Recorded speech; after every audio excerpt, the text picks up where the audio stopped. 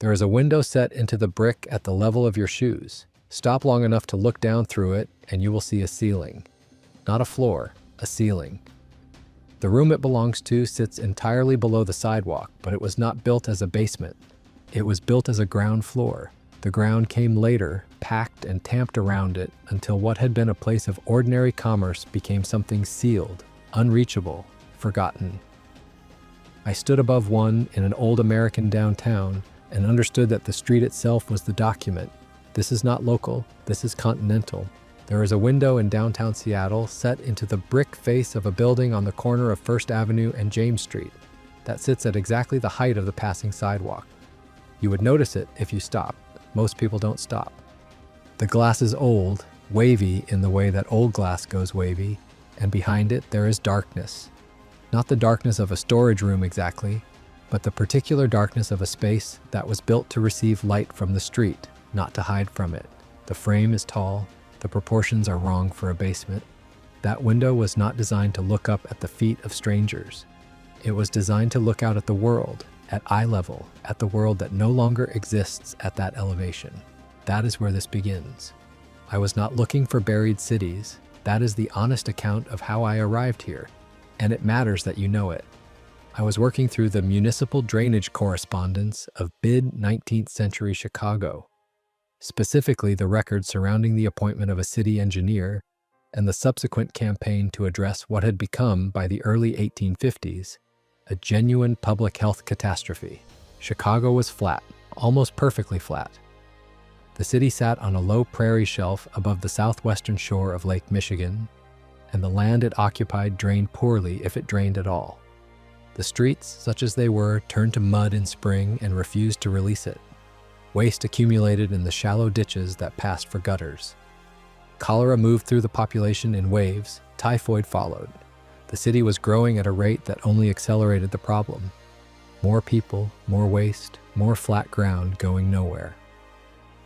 The solution that emerged from those records is the one that sent me in a different direction entirely. In 1855, the city of Chicago appointed a civil engineer named Ellis Sylvester Chesbrough to the newly created position of city engineer. Chesbrough had trained in Boston, had worked on the Boston water system, and arrived in Chicago with a specific and radical idea. He proposed raising the entire street grid of the city. Not metaphorically, not incrementally, physically, block by block, lifting the streets and filling the grade beneath them until gravity could do what the flat prairie refused to do on its own. The waste would flow, the cholera would retreat, the city would survive. The records of how this was actually executed are held at the Chicago History Museum, in a collection that includes Chesbrough's original survey documents and the correspondence between his office and the city council across the late 1850s and through the 1860s. I spent time with those records, what they describe as an engineering effort of a scale that is genuinely difficult to absorb when you read it in the calm of an archive room. Entire city blocks were lifted on hydraulic jacks. The buildings, brick commercial buildings, hotels, warehouses, the full texture of a functioning mid-19th century city, were raised while people continued to work inside them in some cases, while commerce continued, while the city functioned around the machinery doing the lifting. Beneath the raised structures, crews packed fill material, rubble, gravel, compacted earth, whatever the project required at that location. The streets rose, the sidewalks rose. In some districts, the elevation change was modest, a foot or two. In the area closest to the river and the lake, where the drainage problem was most acute, the grade rose by as much as 12 feet in some blocks. 12 feet, the height of a generous first floor, the height of the ceiling above you in a well-built commercial building of that era. Contemporary accounts in the Chicago Tribune from 1858 and 1859 describe the spectacle in terms that suggest residents understood they were witnessing something unprecedented, though the accounts treat it largely as a marvel of engineering rather than as a transformation of the city's physical history. There are descriptions of buildings moving, of watching a hotel rotate slightly on its jacks, of a storefront sitting temporarily at an odd angle to its neighbors as the work proceeded unevenly down a block. There are accounts of the mud and the noise and the months of disruption. There is relatively little in those accounts about what happened to the space below. Here is what happened to the space below. When a building was raised by 12 feet and the surrounding grade was built up to match, The original ground floor of that building did not disappear. It did not collapse or fill with rubble or become structurally unusable. It remained where it had always been. The door frames remained. The counters and shelves that merchants had built into the walls remained. The floors remained. The windows, now at the new subgrade level rather than at street level, looked out. Not at the street, but at the compacted earth packed against the exterior wall, or, in cases where an air gap was maintained for structural reasons, into a dim corridor of space between the old wall face and whatever new cladding or retaining structure the raising required. The ground floor became a basement, overnight, functionally, permanently in terms of public life. A merchant named James Sheridan, whose dry goods operation on Lake Street was documented in the Tribune in a brief account from the autumn of 1859, described moving his displayed goods to the new first floor, the floor that had been his second floor, now at street level, and doing so within the span of a week, because the street outside his building had risen and customers could no longer descend from the sidewalk to reach his original counter. The original counter was still there. Sheridan continued to use the space below for storage. The Tribune account notes this as practical and unremarkable, which is perhaps the most revealing detail. The burial of an entire floor of a working commercial building was considered in 1859 simply a matter of reorganizing inventory. The official explanation for all of this is drainage. It is well documented, entirely plausible, and supported by the engineering logic Chesbrough laid out in his original surveys. Chicago needed to drain. Raising the grade was the only practical solution given the terrain. Chesbrough was correct, and the city was better for it. Typhoid rates declined, the infrastructure improved, the project worked, reasonable, except for one detail. The original floors were not filled in. They were not demolished, not collapsed, not rendered structurally inert. They were left open, intact, usable, simply inaccessible from the street that now ran a full story above them. Sheridan's counter is presumably still there, or was there for decades after he last used it, in the dark below Lake Street, exactly where he built it, waiting in a space the street had simply risen past. That detail is not addressed in Chesbrough's engineering surveys. The surveys concern themselves with drainage calculations, fill material specifications, and the structural mechanics of lifting buildings. What becomes of the space that is left behind when the world rises above it is not a question the engineering record thinks to ask. Perhaps it did not need to ask. Perhaps the answer was obvious to everyone involved. The space is still there. You simply don't go there anymore. But I find myself returning to Sheridan's counter, to the specificity of it. A week to move his goods upstairs, the original counter still in place below. The Tribune noting this as unremarkable. If it was truly unremarkable, why does the unremarkability feel, from this distance, like something worth marking? Chicago did this openly. The records are public, the engineering is documented, Chesbrough's name is in the archive, his surveys are cataloged, his logic is preserved. There is nothing hidden about what Chicago did to its first floor. What I kept asking, sitting in that archive room, was a simpler question. If Chicago did this with full public documentation, committees, newspaper accounts, engineering surveys, council votes, what did the cities that did it more quietly leave behind? And what, in those quieter cases, was the documentation actually for? Sheridan's account does not end with the move upstairs. The Tribune piece from the autumn of 1859 is brief, a column item, not a feature, and it treats the reorganization of his dry goods operation as a practical inconvenience now resolved. New shelving installed on the second floor, now the first. Customers entering from the elevated sidewalk as though nothing had changed. The reporter who filed the item clearly found the whole arrangement sensible, even admirable.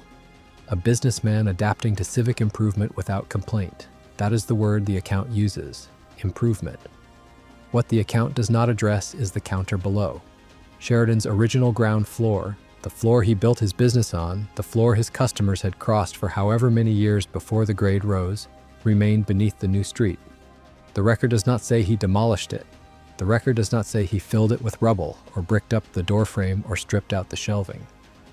The record says he moved his goods upstairs, and the implication is that the original space simply became storage, available, accessible by a stair from inside the building if the stair still connected, invisible from the street, which now ran a full story above the windows. The official explanation for Chicago's grade raise is drainage. It is correct.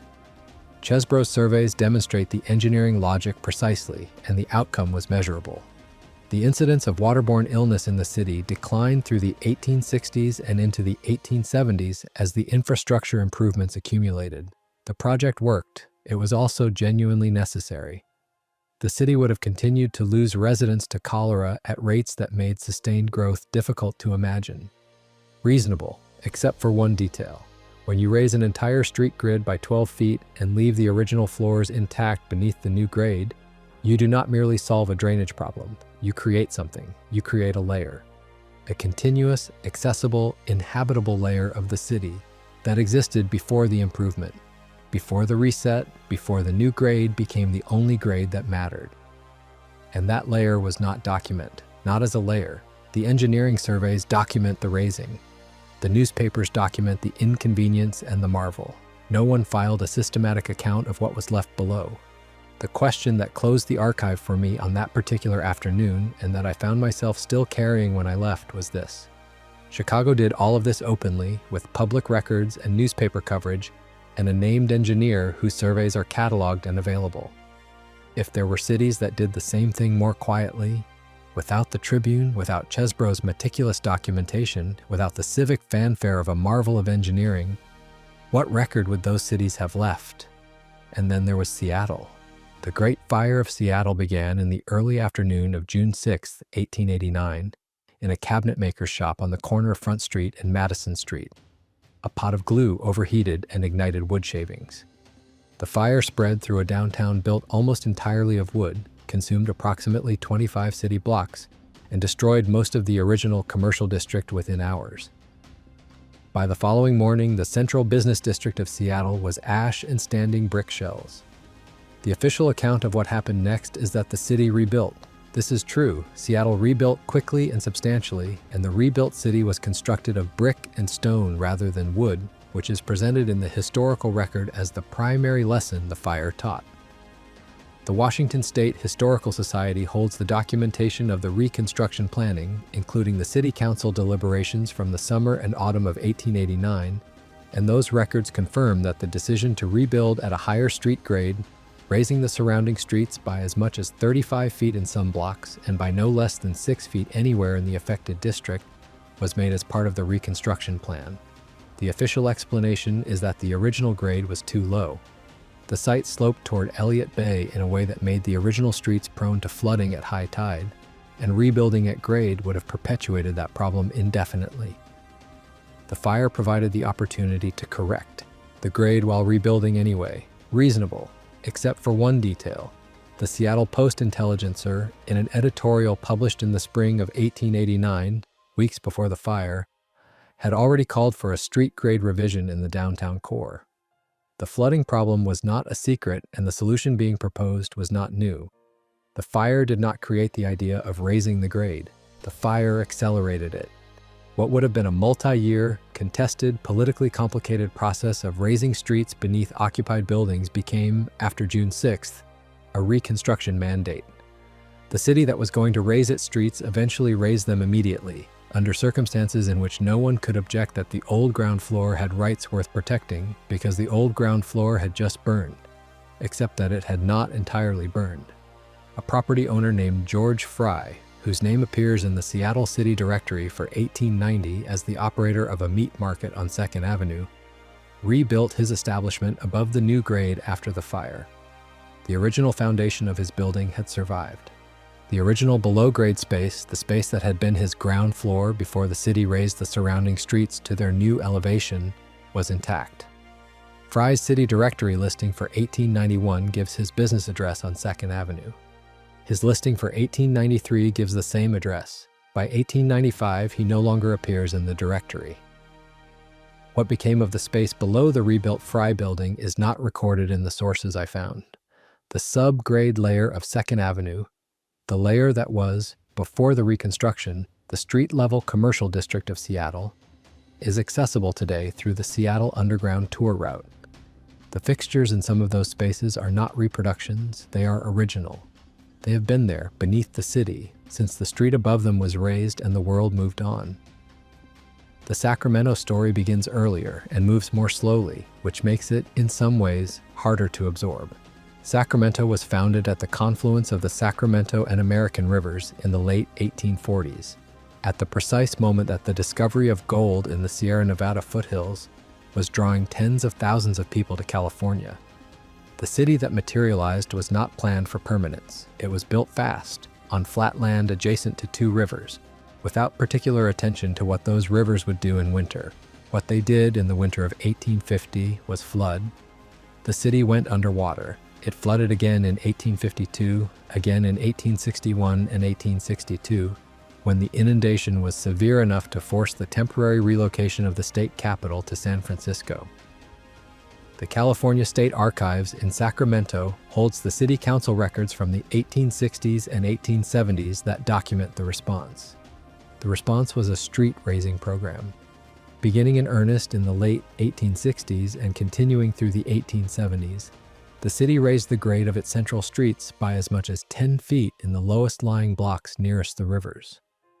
The material used was hydraulic fill, slurry pumped in from the surrounding levee construction, and the process proceeded more gradually than Chicago's jack-and-fill method, block by block over the better part of a decade.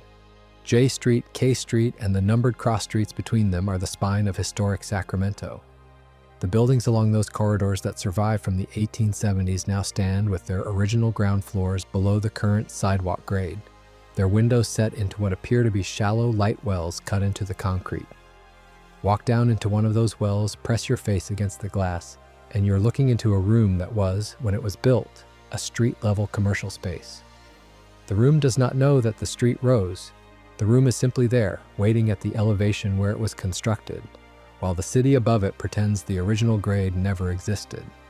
The California State Archives records the engineering. They do not record what was in those rooms when the fill arrived. The Sacramento street raising program did not happen quickly, and that slowness is itself a kind of evidence. Chicago lifted its buildings in years. Sacramento filled its streets across decades, block by deliberate block, the grade rising incrementally while the city continued to function above the process, and the original commercial layer sank incrementally below it.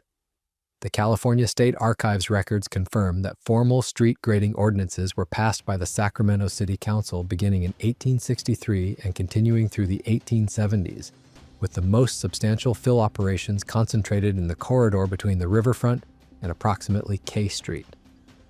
The fill material was hydraulic slurry in many cases, pumped from levee construction along the Sacramento River, and it raised the surrounding grade by as much as 10 feet in the lowest lying blocks nearest the water.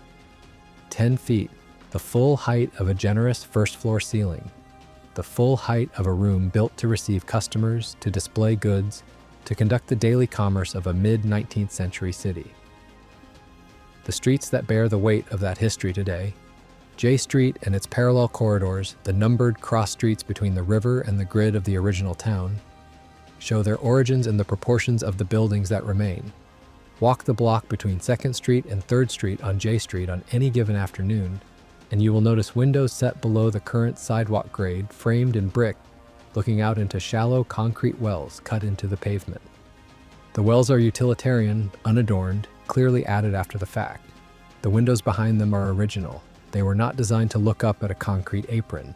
They were designed to look out at a street that no longer exists at that elevation, a street that Sacramento buried beneath 10 feet of hydraulic fill across 2 decades and filed under the category of flood control improvement. The Gold Rush commercial district that occupied those original ground floors, the druggists and outfitters and assay offices that had served the population pouring through California in the early 1850s, is not gone. It is below. The California State Archives does not maintain a systematic inventory of what remains in the subgrade spaces of Sacramento's historic core, which is itself a detail worth holding. And then there was Cincinnati. The district known historically as the Bottoms occupied the low ground between the central city and the Ohio River, and it was among the most densely settled commercial and residential areas in the pre-Civil War American interior. The streets closest to the river, Rat Row, Sausage Row, the lower reaches of Front Street and Columbia Street, carried a population that contemporary accounts in the Cincinnati Enquirer describe as dense, polyglot, and continuously active. Meat markets, saloons, rooming houses, wholesale grocers, the full infrastructure of a working waterfront city pressed together at the lowest elevation available. The filling of the bottoms was not a single campaign. It was a prolonged process that began in earnest in the 1870s and continued through the early 1900s, driven by a combination of flood control ambition, sanitation concern, and the steady commercial pressure to convert low-lying waterfront land from residential use to rail and warehouse use. The Ohio River flooded regularly, and the floods were genuinely destructive. The Cincinnati City Engineer's Office, whose annual reports for the period are held at the Public Library of Cincinnati and Hamilton County, documented the filling operations with characteristic municipal thoroughness. Cubic yards of fill material, contractor names, street-by-street progress reports. The engineering record is complete. What the engineering record does not document is the transition of the original ground floors from active commercial spaces to sealed subgrade voids. Property records from the 1880s show businesses operating at street-level addresses on Lower Columbia Street and Lower Front Street that, by the early 1900s, had addresses on what was effectively a second floor, the fill having risen around and beneath the original structures until the original ground floor was no longer accessible from the street. Several of those structures survive, the below-grade rooms in at least 3. Properties on Lower Front Street remain physically intact, accessible only through interior passages that most current occupants are unaware connect to anything at all.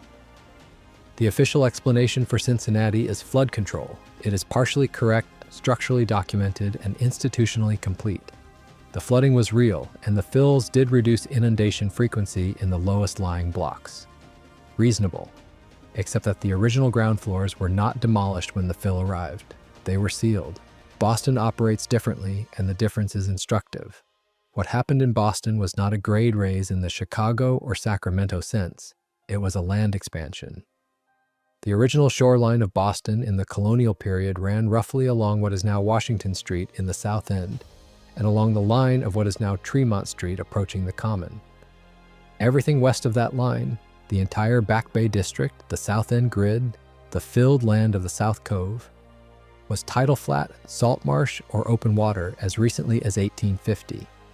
The process by which Boston extended its landmass into the surrounding bay is documented extensively in the records of the Boston Water Power Company and in the municipal archives of the city of Boston, and it involved the systematic importation of fill material, gravel from Needham, Massachusetts, carried by train at a rate described in contemporary accounts as approximately 5 carloads per day during the peak filling years of the 1860s and 1870s. The buildings erected on that fill during the 1870s and 1880s now form the architectural fabric of the Back Bay and South End neighborhoods. They are solid, well-built, historically significant structures. Their ground floors sit on fill that was, within living memory of the people who first occupied them, the floor of Boston Harbor. The water table beneath those buildings has never fully retreated. The foundations are timber piles driven into the fill and into the clay below, and the timber survives only because it remains submerged. Where the water table has dropped, wherever the surrounding soil has dried, the piles have begun to decay, and buildings have begun, incrementally, to settle. The original grade of Boston in those districts is not a buried commercial layer in the Chicago or Seattle sense. It is the harbor bottom. The city did not bury its first floor. It built its first floor on top of something that was never meant to be a floor at all. The distinction seems important until you consider the outcome, which is identical. A city whose visible ground level bears no honest relationship to the ground that existed before the transformation, and whose official history treats the transformation as engineering rather than erasure. Each of these cities, Chicago, Seattle, Sacramento, Cincinnati, Boston, has its own explanation. Each explanation is locally valid, institutionally documented, and largely accurate as far as it goes. The drainage was real, the fires were real, the floods were real, the sanitation problems were real. Each decision to raise, fill, or extend was made by people responding to genuine conditions with the tools available to them. Each step plausible on its own. Together they form something harder to dismiss. Within a window of approximately 60 years, between roughly 1850 and approximately 1910, The ground floor of every major American city east of the Rockies was either raised, filled, extended, or otherwise vertically displaced from its original position. The documentation of why this happened was written by the municipal bodies that ordered it. The people who occupied the original ground floors, the merchants, the residents, the daily inhabitants of the pre-transformation city, left almost no record of the transition. Their counters are still there in the dark below the streets. Their accounts are not. The municipal bodies wrote the history of what rose. No one was assigned to write the history of what was buried beneath it. Here is what the timeline looks like when you set the cities side by side and read them as a single document rather than as separate local histories. Chicago, Illinois.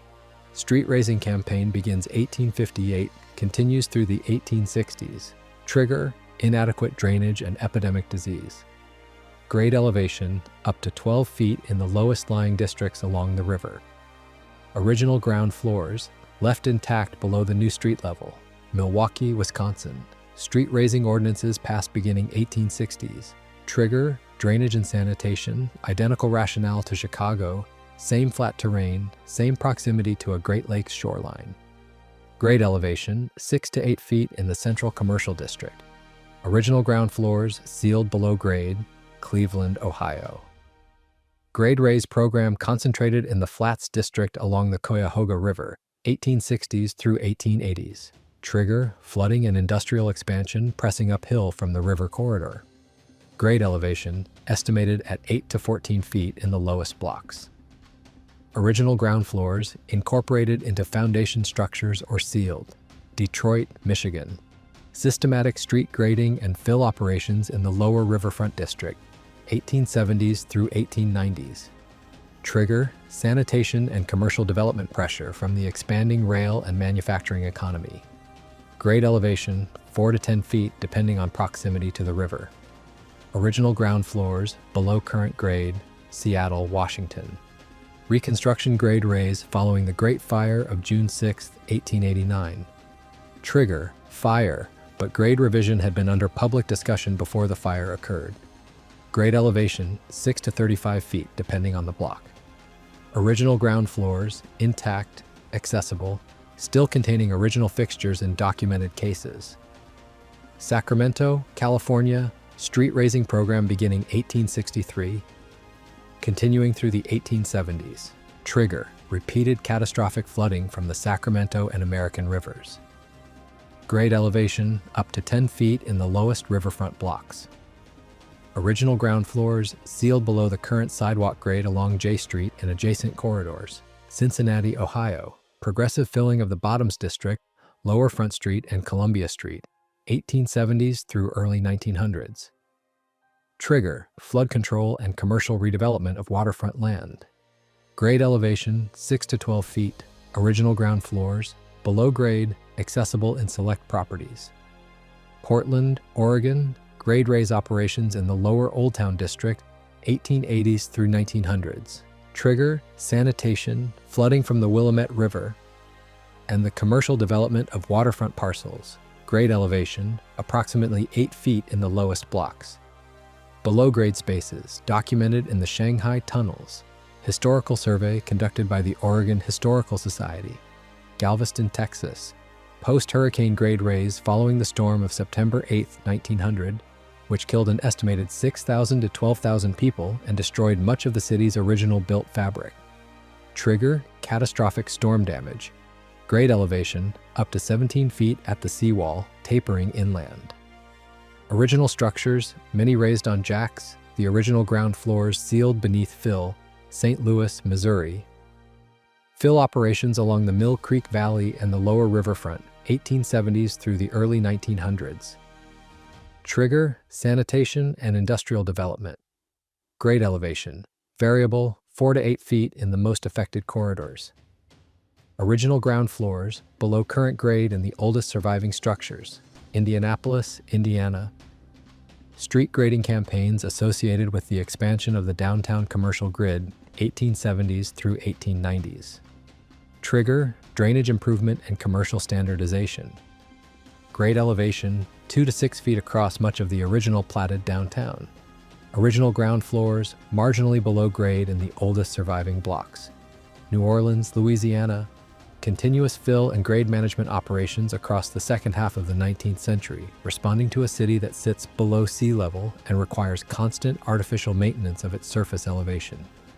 Trigger: endemic flooding, disease, and the structural impossibility of natural drainage on land that gravity works against. Grade elevation: not a single raise, but a managed accumulation of fill across decades. Original ground floors, dispersed across multiple cycles of inundation and reconstruction. Savannah, Georgia. The bluff grade of the original colonial plan was progressively modified through the 19th century as the city expanded inland and downward toward the river, with the original riverfront commercial layer eventually sitting below the elevated park and promenade system constructed above it. Trigger: commercial development and civic improvement. The original Factors Walk level, the working commercial floor of the 19th century cotton trade, now sits entirely below the surface of River Street as approached from the city above. Kansas City, Missouri. Grade operations in the Lower Town District along the Missouri River bluffs, 1870s through 1900s. Trigger: commercial development and the engineering of the bluff face to accommodate rail infrastructure. Grade elevation: variable, with some original commercial structures now sitting one full floor below the street level approach from the upper city. Not coincidence, pattern. Here is what that pattern means when you read it against the economic history of the same period. The grade raise era, roughly 1850 to approximately 1910, the 60-year window in which the original ground floor of every major American city was either raised, filled, sealed, or vertically displaced, corresponds precisely with the transformation of American urban real estate from a use value system to an exchange value system. Before the Civil War, a building was primarily a place. It was where you conducted your trade, where you stored your goods, where you slept above your shop. Its value was in its use. After the Civil War, and with accelerating force through the 1870s and 1880s, a building became an instrument. It was a financial asset, a line in a ledger, a vehicle for the extraction of ground rent from the land beneath it. Its value was in its exchange. Raising the grade reset the baseline. It created a new ground floor, a legally defined, commercially viable, financeable ground floor at the new street level, while the original floor became legally and practically inaccessible. The original floor could not be rented at street level rates because it was no longer at street level. It could not be mortgaged as prime commercial space because the street had moved above it. It was not destroyed. It was simply rendered economically inert, while the new grade above it generated the financial activity that the transformed urban economy required. The buried layer did not disappear. It was displaced downward out of the financial system, while the city above it proceeded as though the original floor had never existed. Here is what I keep coming back to. A journalist and historian named Bill Spidle, born in 1911 and working in Seattle through the middle decades of the 20th century, spent years in the period before the Seattle Underground was open to the public documenting the subgrade spaces beneath the Pioneer Square district. Spidle understood, before most people thought to look, that the original commercial district of Seattle was not a ruin. It was a preserved layer. His research, published in a series of articles and eventually in his book on the history of Seattle's underground, established that the spaces beneath the raised streets were not structurally compromised, not filled with debris, not collapsed. They were intact: storefronts, sidewalks, door frames, in some cases, signage. Spidle described walking through the subgrade corridors of the Pioneer Square Underground as the experience of moving through a city that had simply been picked up and set down one story above where it had stood, leaving its original floor behind. The original floor had been waiting in the dark since the streets above it were raised in the reconstruction years of 1889 through 1895. Spidle's documentation is thorough and available. The spaces he described are accessible today through the organized tour route that his efforts helped establish. What is less available is the systematic record of equivalent spaces in the other cities. The cities that did not have a Spidle, that did not have a journalist who thought to go below and write down what was there before the access points closed. What those cities have instead is silence on the subgrade question, and the silence is not because nothing is there. Spidle understood something that most city historians of his era did not think to ask. He understood that the spaces below were not ruins. A ruin implies collapse, decay, the natural entropy of an abandoned structure working against itself across decades. What Spidle found in the subgrade corridors of Seattle's Pioneer Square district was not entropy, it was stasis. The wood was intact, the brick was intact, the storefronts were intact, preserved not by any deliberate archival effort, but by the simple fact of being sealed from air and weather in the cool, stable darkness beneath a city that had moved on above them. Spidle documented sidewalks still in place below the raised streets, the original plank and brick pedestrian surfaces of Seattle's pre-fire commercial district, running at the elevation where they had been laid, below the new streets that the city had built above them in the Reconstruction years. He documented door frames, he documented the remnants of signage, painted directly onto brick walls in some spaces, still legible. He documented the original floor surfaces of commercial establishments that, above ground, had been classified as destroyed in the fire and replaced by the new construction at the new grade. They had not been destroyed, they had been covered. The distinction matters because destruction implies loss. What Spidle found, and what his research, published in a series of articles through the 1950s and eventually compiled in his Histories of Seattle, established with the specificity of a man who had spent years below the city with a lantern and a notebook, is that the original layer was not lost, it was filed. The city had filed its own first floor in the dark below the new grade, and then the city had declined to discuss what it had filed there. Here is what is below American downtowns, not rubble, not collapsed timbers, not the undifferentiated fill that the engineering surveys describe as fill material. What is below American downtowns is the physical texture of daily commercial life in the pre-industrial American city. Counters built from local timber to dimensions that reflected the particular requirements of a particular trade. Shelves fitted to walls with the kind of joinery that a craftsman produced, not because he had been instructed to, but because it was how he knew to build a shelf. Floors of brick or stone or hardwood, worn in the places where people stood most often, smooth where hands rested, scarred where barrels were dragged. Door frames proportioned for human bodies that passed through them without thinking. In some documented cases, signage, the painted and carved and applied lettering that announced to the street what was available within, now announcing it to no street at all.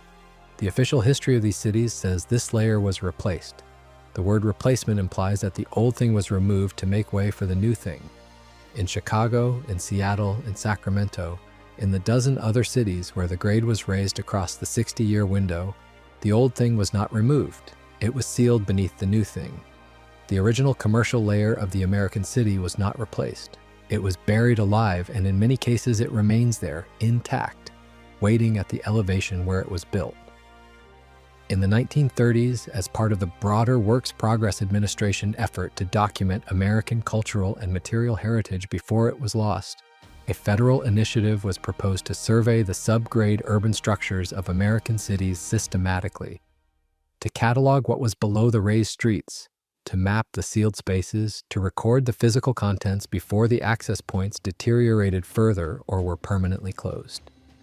The initiative was assigned to the Historic American Building Survey Division of the WPA's broader cultural documentation program. Field surveyors were dispatched to a limited number of cities in the early years of the program.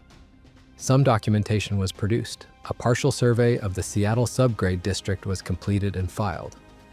A preliminary assessment of the Sacramento underground structures was initiated. The program was defunded before it could be completed. The records that had been produced were dispersed across 3 separate federal archive systems rather than consolidated into a single accessible collection.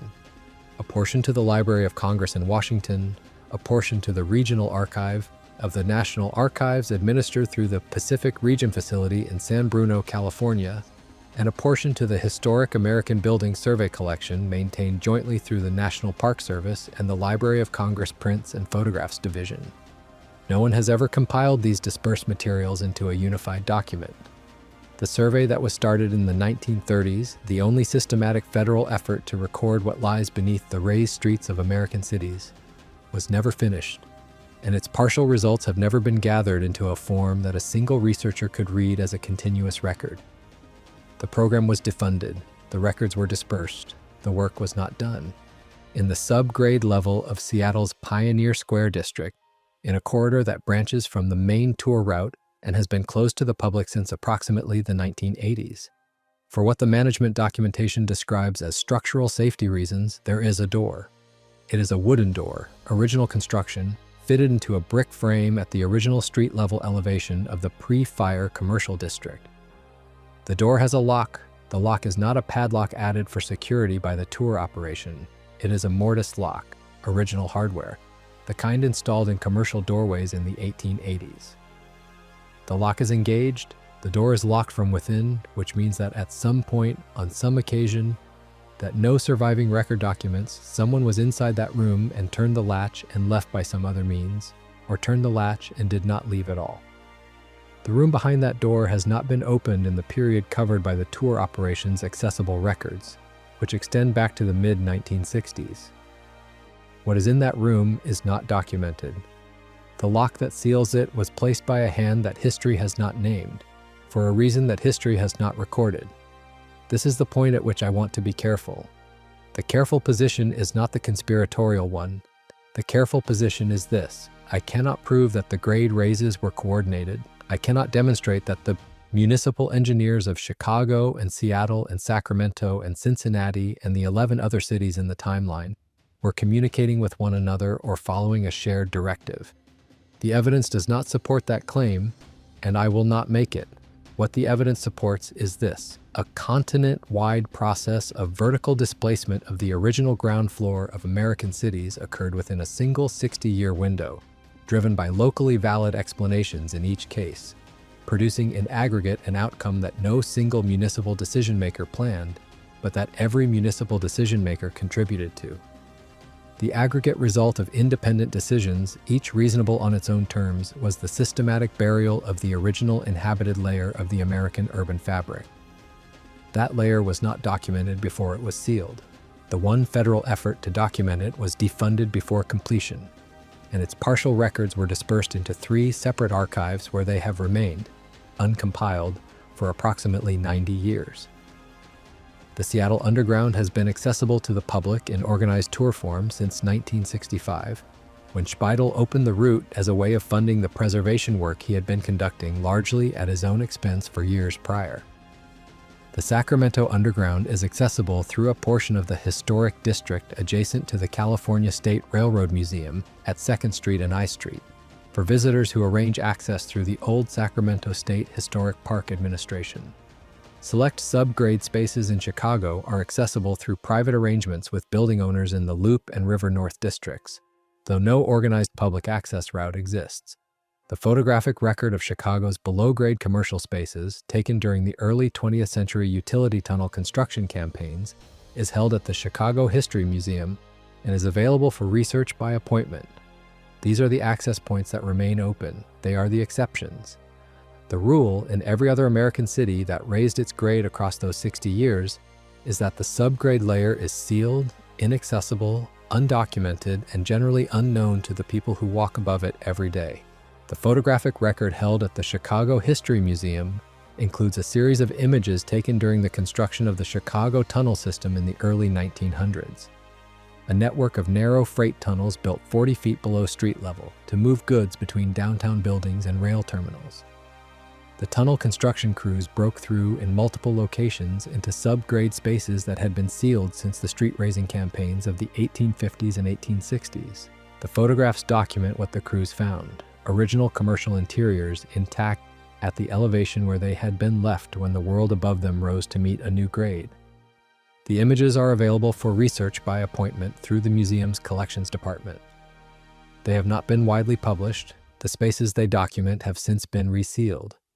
The dispersed records of the Works Progress Administration subgrade survey occupy 3 separate locations, none of which was designated as the primary repository for the project, because the project was never formally concluded in a way that would have required designation. A portion of the field documentation, survey notes, measurements, preliminary drawings from the Seattle and Sacramento assessments, is held within the Historic American Building Survey Collection at the Library of Congress, Prints and Photographs Division in Washington.